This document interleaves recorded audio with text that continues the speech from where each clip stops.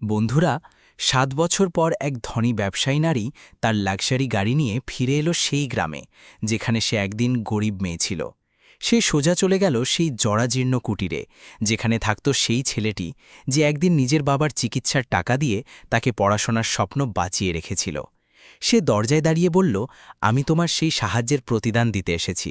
কিন্তু দরজা খুলতেই যা দেখল আর যা শুনল, তাতে তার পুরো পৃথিবী কেঁপে উঠল। ছেলেটির চোখে আর সেই আগের আলো ছিল না, শুকনো মুখে শুধু একটা তিক্ত হাসি। সে বলল, প্রতিদান? টাকা দিয়ে? তারপর যে কথাটা বলল, সেটা শুনে মেয়েটির চোখ দিয়ে ঝরঝর করে জল পড়তে শুরু করল। কি বলেছিল সেই ছেলেটি? কেন সে বলল, তুমি অনেক দেরি করে এসেছ? আর তারপর যা ঘটল তা দেখে পুরো গ্রামের চোখ ভিজে গেল। পুরো সত্যি ঘটনা জানতে চাইলে ভিডিওটা শেষ পর্যন্ত দেখো, কিন্তু তার আগে লাইক করে দাও, চ্যানেল সাবস্ক্রাইব করো আর কমেন্টে তোমার শহরের নাম লিখে দাও। এই গল্পটা শেষ না দেখলে তুমি শান্তিতে ঘুমাতে পারবে না। বন্ধুরা, এটি বিহারের একটি সত্য ঘটনা। সেখানে থাকত আন্না, এক গরিব কৃষকের মেয়ে, যার ঘরে দুবেলা অন্নও জুটত না। কিন্তু তার চোখে এমন স্বপ্ন ছিল যা শহরের উঁচু ইমারতের চেয়েও বড় ছিল। আন্না রোজ সকালে স্কুলে যেত, হাতে পুরনো বই, পায়ে ছেঁড়া চটি আর মনে এক আশা যে হয়তো পড়াশোনাই তার ভাগ্য বদলে দেবে। গ্রামের স্কুলটিও তেমন ভালো ছিল না, ভাঙা বেঞ্চ, ধুলোমাখা মাঠ আর কিছু এমন বাচ্চা যারা পড়াশোনার চেয়ে অন্যদের নিয়ে মজা করা বেশি পছন্দ করত। আন্না যখনই ক্লাসে আসত, কিছু বাচ্চা হাসতে হাসতে বলতো, আরে দেখো, আবার এসে গেছে সেই গরিব মেয়েটা, পড়াশোনা করে কি করবে? আন্না চুপচাপ মাথা নিচু করে থাকত, কিন্তু তার চোখে জল কম আর জেদ বেশি থাকত। সেই ক্লাসেই বসত রবি, এক সাধারণ ছেলে, যার অবস্থাও খুব একটা আলাদা ছিল না। তার বাবা ছিল না, মা অসুস্থ থাকত, আর ঘর চালানোর জন্য তাকে স্কুলের পর মাঠে মজুরি করতে হতো। কিন্তু মনটা এত বড় ছিল যে নিজের কষ্ট কোনো দিন কাউকে দেখাতো না। একদিন যখন সব বাচ্চারা আন্নাকে নিয়ে মজা করছিল, তখনই রবি উঠে দাঁড়ালো আর বলল, গরিব হওয়া লজ্জার কথা নয়, কারোর মজা ওড়ানো লজ্জার কথা। পুরো ক্লাস হঠাৎ শান্ত হয়ে গেল। সেদিন প্রথমবার কেউ আন্নার জন্য আওয়াজ তুলল। সেদিনের পর থেকে রবি শুধু তার সহপাঠী হয়ে থাকল না, বরং তার সবচেয়ে বড় ভরসা হয়ে উঠল। রবি নিজে না খেয়ে থাকত, কিন্তু নিজের টিফিন আন্নাকে দিয়ে দিত। তার নিজের বই ছেঁড়া থাকত, কিন্তু নিজের খাতা সে আন্নাকে পড়ার জন্য দিয়ে দিত। অনেকবার এমনও হয়েছে যে রবি নিজের মজুরির টাকা দিয়ে আন্নার জন্য নতুন খাতা কিনে দিয়েছে, আর নিজে পুরনো কাগজে লিখে কাজ চালিয়েছে। আস্তে আস্তে দুজনের বন্ধুত্ব গ্রামে চর্চার বিষয় হয়ে উঠল। লোক বলতো দুজনেই তো গরিব, কিন্তু স্বপ্ন দেখছে যেন বড় ঘরের মানুষ। কিন্তু তারা কারোর কথায় কান দিত না। তাদের কাছে শুধু একটাই জিনিস গুরুত্ব পেত, পড়াশোনা আর একে অপরের সঙ্গ।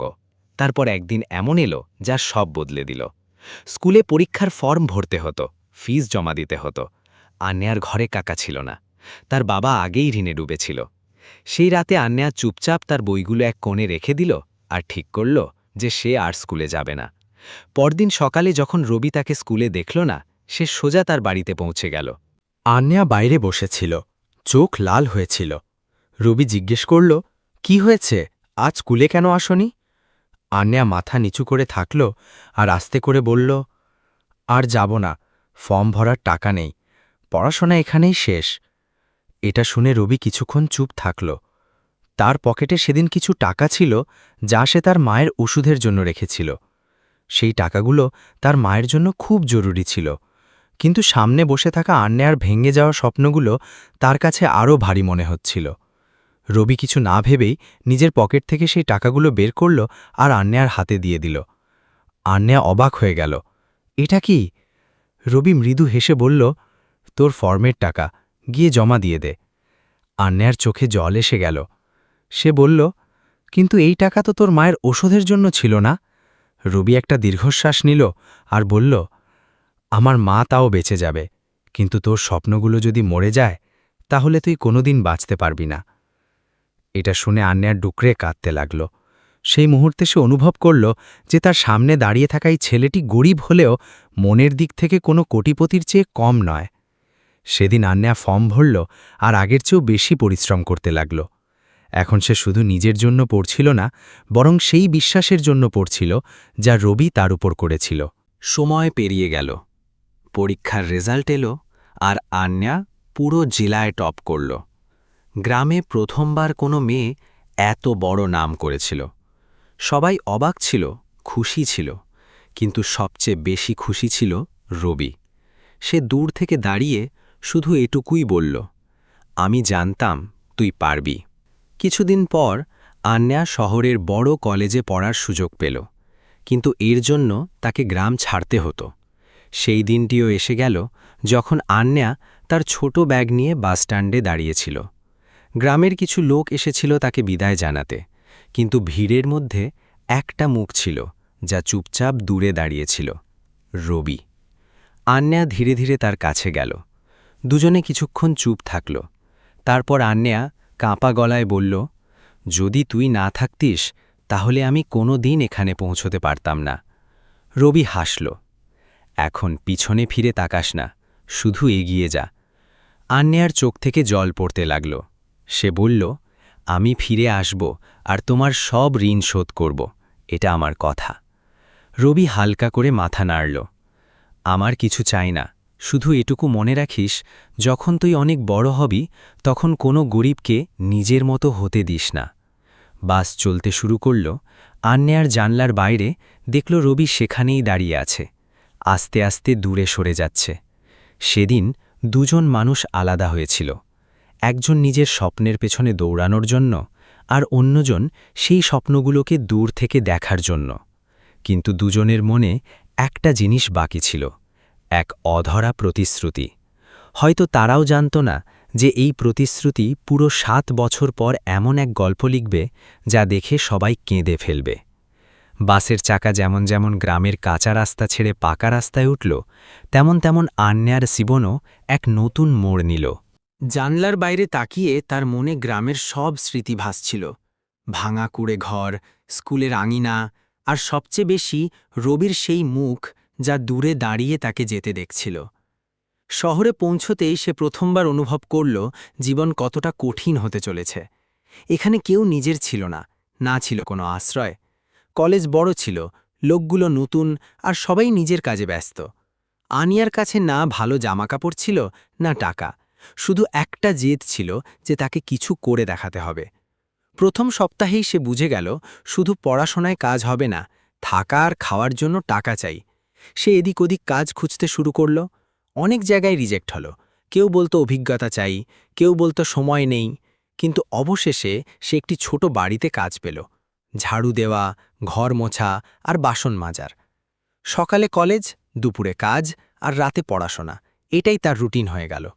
অনেক সময় ক্লান্তি এত বেশি হতো যে চোখ নিজে নিজেই বুজে আসত, কিন্তু যখনই রবির কথা মনে পড়ত, তুই পড়, একদিন বড় হ, সে আবার উঠে বসত। অনেক রাত এমনও এসছে যখন তার কাছে খাওয়ার মতো কিছু থাকত না, সে জল খেয়ে শুয়ে পড়ত, কিন্তু পরের দিন আবার সেই একই জেদ নিয়ে উঠত। শহরের ভিড়ে সে একা ঠিকই ছিল, কিন্তু তার ভেতরে একটা আগুন ছিল যা তাকে এগিয়ে নিয়ে যাচ্ছিল। কলেজে ধীরে ধীরে তার পরিচয় হতে লাগল। শিক্ষকরা তার পরিশ্রমে মুগ্ধ ছিলেন। কিছু ছাত্র যারা আগে তাকে অবজ্ঞা করত এখন তার কাছে নোটস চাইতে লাগল। কিন্তু আনিয়ার ধ্যান ছিল শুধু তার লক্ষ্যের ওপর। একদিন কলেজে স্কলারশিপের পরীক্ষা হলো। আনিয়া পুরো শক্তি লাগিয়ে দিল। যখন রেজাল্ট এলো, তার নাম সবার ওপরে ছিল। সে স্কলারশিপ পেয়ে গেল। সেদিন প্রথমবার তার মনে হলো হয়তো তার জীবন সত্যি বদলে যেতে পারে। কিন্তু সফর এখানেই শেষ হয়নি। পড়াশোনার পাশাপাশি সে ছোটখাটো কাজগুলোও চালিয়ে গেল। ধীরে ধীরে সে টাকা জমাতে শুরু করল। তারপর একদিন সে একটি ছোট কোম্পানিতে পার্ট টাইম জব পেল। সেখান থেকে তার জীবন আরেকটা মোড় নিল। সেই কোম্পানিতে সে কাজের সাথে সাথে অনেক কিছু শিখল, লোকেদের সাথে কথা বলা, সিদ্ধান্ত নেওয়া, আর সবচেয়ে জরুরি, নিজের ওপর ভরসা করা। তার পরিশ্রম আর সততা দেখে কোম্পানির মালিক তাকে ফুল টাইম জব দিয়ে দিলেন। এখন তার জীবন একটু সহজ হতে শুরু করল। থাকার ভালো জায়গা পেল, খাওয়ার চিন্তা কমে গেল। কিন্তু তাও প্রতি রাতে যখন সে ঘুমোতে যেত, একটা মুখ তার সামনে অবশ্যই আসত, রবি। একদিন অফিস থেকে ফেরার পথে সে রাস্তার ধারে একটি ছোট বাচ্চাকে দেখল যে ছেঁড়া বই নিয়ে বসেছিল। ওটা সেই দৃশ্য ছিল যা সে নিজেও একদিন ছিল। আন্যা তার কাছে গেল, তাকে কিছু টাকা দিল আর তার বইগুলো দেখল। সেই মুহূর্তে তার রবির কথা মনে পড়ল। যখন তুই বড় হবে তখন কোনো গরিবকে নিজের মতো হতে দিস না।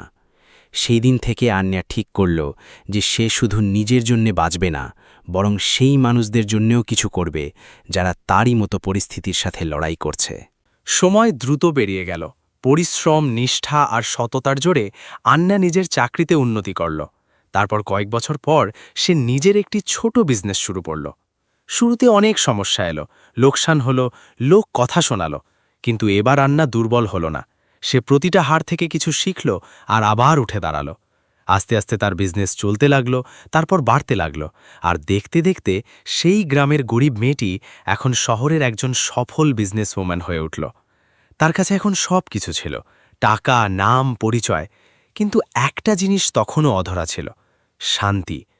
বড় গাড়ি, বড় বাড়ি, সব কিছু হওয়ার পরেও যখন সে রাতে ঘরে একা বসত, তার মনে হতো কিছু একটা অভাব আছে, যেন জীবনে সে অনেক কিছু পেয়েছে কিন্তু খুব জরুরি কিছু পিছনে ফেলে এসেছে। এক রাতে সে তার পুরনো জিনিসপত্র দেখছিল। একটি পুরনো থলিতে সে তার স্কুলের খাতা পেল। ওটা সেই খাতাই ছিল যাতে সে কোনোদিন গ্রামে পড়াশোনা করত। সে আস্তে করে সেটা খুলল। পাতাগুলো হলুদ হয়ে গিয়েছিল, কিন্তু স্মৃতিগুলো একদম টাটকা ছিল।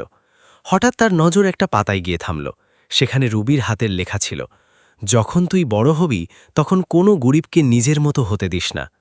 এটা পড়তেই তার চোখ থেকে জল ঝরতে শুরু করল।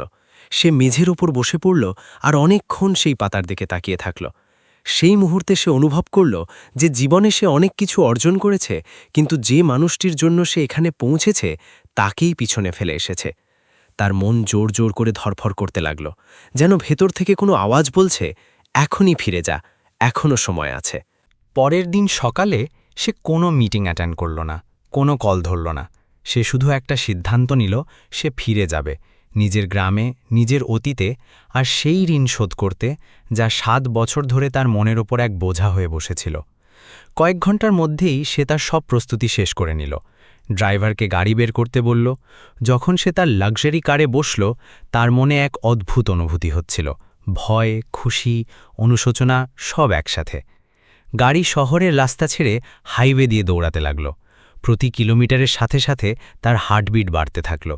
7 বছর পর সে সেই একই রাস্তায় ফিরছিল যেখান থেকে সে তার নতুন জীবনের শুরু করেছিল।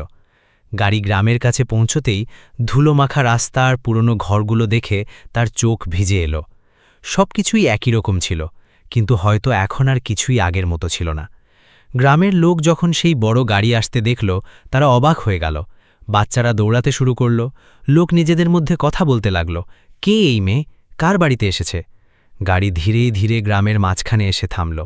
আন্না দরজা খুলল আর নিচে পা রাখল। সে চারিদিকে তাকালো, সেই মাটি, সেই বাতাস, কিন্তু মনে একটাই প্রশ্ন ছিল, সে কি এখনও এখানে থাকবে? তার চোখ ব্যাকুল হয়ে কাউকে খুঁজছিল, কিন্তু তখনই কেউ আস্তে করে বলল, যাকে তুমি খুঁজছ সে এখন আর আগের মতো নেই। আন্নার কানে সেই শব্দগুলো বারবার প্রতিধ্বনিত হচ্ছিল, সে এখন আর আগের মতো নেই। তার মন যেন হঠাৎ ভারী হয়ে গেল। সে ধীরে ধীরে সেই লোকটির দিকে তাকালো যে এই কথাটি বলেছে, কিন্তু তাকে কিছু জিজ্ঞেস করার সাহস হল না। মনে শুধু একটাই চিন্তা, রবি। সে সময় নষ্ট না করে গ্রামের গলি দিয়ে এগিয়ে যেতে লাগল। প্রতিটা মোড়, প্রতিটা গাছ, প্রতিটা রাস্তা যেন তাকে চিনত। শৈশবের স্মৃতিগুলো তার কদমে কদমে চলছিল, কিন্তু আজ সেই স্মৃতিগুলোতে এক অদ্ভুত ভয়ও মিশে গিয়েছিল। কিছুক্ষণের মধ্যেই সেই গ্রামের সেই কোণে পৌঁছল যেখানে কোনোদিন রুবির কুঁড়েঘর থাকত। দূর থেকেই সে দেখল সেই একই জায়গা, কিন্তু এখন কুঁড়েঘরটি আরও জরাজীর্ণ হয়ে গিয়েছে, দেওয়াল ভাঙা, ছাদ ঝুটে পড়া, যেন সময় তাকে পুরোপুরি ক্লান্ত করে দিয়েছে। আনার পা হঠাৎ থমকে গেল, শ্বাস দ্রুত হয়ে গেল। সে নিজেকে সামলালো আর ধীরে ধীরে সেই কুঁড়েঘরের দিকে এগিয়ে গেল। দরজায় পৌঁছে সে হালকা আওয়াজে ডাকল, রবি। ভেতর থেকে কোনো উত্তর এলো না। সে আবার ডাকল, রবি, আমি আনা। কিছুক্ষণ নিস্তব্ধতার পর ভেতর থেকে কাশির হালকা আওয়াজ এলো। তারপর ধীরে ধীরে দরজা খুলল। দরজার সামনে যে মানুষটি দাঁড়িয়েছিল তাকে দেখে আন্নার চোখ কপালে উঠল। সে রবি ছিল, কিন্তু তেমন নয় যেমনটা সে তাকে ছেড়ে গিয়েছিল। তার মুখ শুকনো, চোখ বসা, জামাকাপড় পুরনো আর নোংরা, যেন জীবন তাকে সব দিক থেকে ভেঙে দিয়েছে।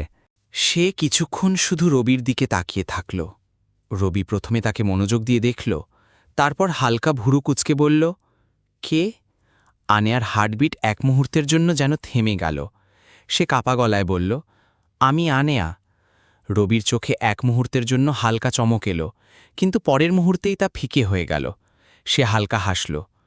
ওহ, তাহলে তুই এসেই গেলি। তার কথায় খুশি কম আর ক্লান্তি বেশি ছিল। আনেয়ার চোখ থেকে জল পড়তে লাগল। সে কিছু বলতে চাইছিল, কিন্তু শব্দ গলায় আটকে যাচ্ছিল। রুবি একপাশে সরে গেল। ভেতরে আয়। আনেয়া ধীরে ধীরে ভেতরে গেল। কুড়েঘরের ভেতরের হাল দেখে তার মন আরও ভেঙে গেল। এক কোণে ভাঙা চারপাই, কিছু পুরনো বাসন আর দেওয়ালে ধুলো জমে আছে। এগুলো দেখে তার সেই দিনগুলোর কথা মনে পড়ে গেল, যখন সে এখানে বসে পড়াশোনা করত, যখন সবকিছু কঠিন ছিল কিন্তু আশা বেঁচে ছিল। কিছুক্ষণ নিস্তব্ধতার পর আনেয়া সাহস করে জিজ্ঞেস করল, তোর মা কেমন আছে? এটা শুনতেই রবির নজর নিচে নেমে গেল। সে আস্তে করে বলল, এখন আর নেই। এটা শুনে আনেয়ার পায়ের তলা থেকে মাটি সরে গেল। কি? কবে? রবি একটা দীর্ঘশ্বাস নিল। অনেক দিন হয়ে গেল। চিকিৎসার জন্য টাকা ছিল না। আর তারপর সে কথাটি অসম্পূর্ণ রেখে চুপ হয়ে গেল। আনেয়া যেন ভেতর থেকে ভেঙে গেল। তার হাত কাঁপতে লাগল। তার মনে পড়ল সেই দিনটির কথা, যখন রবি তার মায়ের ওষুধের টাকা আনেয়াকে দিয়ে দিয়েছিল। তার চোখ দিয়ে জল থামছিলই না। রবি তার দিকে তাকালো আর হালকা তিক্ততার সাথে বলল, কাঁদছিস কেন? এটা তো হওয়ারই ছিল। আন্না মাথা নাড়ল। না, এমন হওয়া উচিত ছিল না। যদি আমি এখানে থাকতাম। রবি মাঝপথেই কথা থামিয়ে দিল। তাহলে কি করতিস? সময়কে থামিয়ে দিতিস? তার গলায় যন্ত্রণা ছিল, কিন্তু সাথে এক ভাঙা বিশ্বাসও। কিছুক্ষণ দুজনেই চুপ থাকল। তারপর আন্না ধীরে ধীরে বলল, আমি ঋণ শোধ করতে এসেছি। রবি তার দিকে তাকালো আর হালকা করে হাসল। ঋণ? সে কয়েক কদম এগিয়ে এলো। কোন ঋণ? যেটা আমি তোকে টাকা দিয়ে করেছিলাম, নাকি সেই বিশ্বাস যা আমি তোর ওপর করেছিলাম? আন্নার কাছে কোনো জবাব ছিল না। তার চোখ নিচু হয়েছিল। রবি আবার বলল, তুই জানিস আমি কি ভেবেছিলাম? ভেবেছিলাম একদিন তুই ফিরবি আর আমরা দুজনে মিলে কিছু ভালো কাজ করব এই গ্রামের জন্য। তার গলা ধীরে ধীরে ভারী হয়ে আসছিল। কিন্তু তারপর বুঝলাম, কিছু লোক এগিয়ে যায় আর পিছনে ফিরে তাকায় না। এটা শুনে আন্নার বুক ফেটে যাচ্ছিল। সে তাড়াতাড়ি বলল, না রবি, আমি তোকে কোনোদিন ভুলিনি। প্রতিদিন তোকে মনে করেছি। শুধু রবি সাথে সাথে জিজ্ঞেস করল, শুধু কি? আন্না চুপ হয়ে গেল। তার কাছে কোনো জবাব ছিল না, যা সেই সময়কে ফিরিয়ে আনতে পারে। রবি এক কোণে রাখা পুরনো চেয়ারে বসতে বসতে বলল, জানিস আমি এই বছরগুলোতে এখানে কি করেছি? আন্না ধীরে ধীরে মাথা নাড়ল। আমি সেই প্রতিটি মানুষের সাহায্য করেছি যার প্রয়োজন ছিল। কাউকে টাকা দিয়েছি, কারোর জন্য কাজ করেছি। আমার মনে হতো মানবতাই সবচেয়ে বড় জিনিস। সে একটি তিক্ত হাসি হাসল। কিন্তু যখন আমার সময় এলো, তখন কেউ এলো না। এটা শুনে কুড়েঘরের ভেতর নীরবতা নেমে এলো। আন্যার চোখ দিয়ে অনবরত জল পড়ছিল। তার মনে হচ্ছিল যেন প্রতিটা শব্দ তার বুক চিরে দিচ্ছে। সে ধীরে ধীরে রবির কাছে এলো আর বলল, আমি এখন এসে গেছি, সব ঠিক করে দেব, তোর জীবন বদলে দেব। রবি তার দিকে তাকালো আর মাথা নাড়ল। কিছু জিনিস টাকা দিয়ে বদলায় না আন্যা। তারপর সে খুব শান্ত অথচ পরিষ্কার গলায় বলল, ঋণ টাকা দিয়ে মেটে না, সময় দিয়ে মেটে। আর তুই অনেক দেরি করে ফেলেছিস। এটা শুনে আন্যা পুরোপুরি ভেঙে গেল। তার কাছে আর কোনো শব্দ ছিল না, কোনো সাফাই ছিল না, শুধু অনুশোচনা ছিল। সে সেখানেই মেঝের ওপর বসে পড়ল আর কাঁদতে লাগল। রবি তাকে দেখল। তার চোখেও জল ছিল, কিন্তু সে নিজেকে সামলে রাখল। বাইরে সূর্য ডুবতে লাগল। কুড়েঘরের ভেতর অন্ধকার নেমে এলো।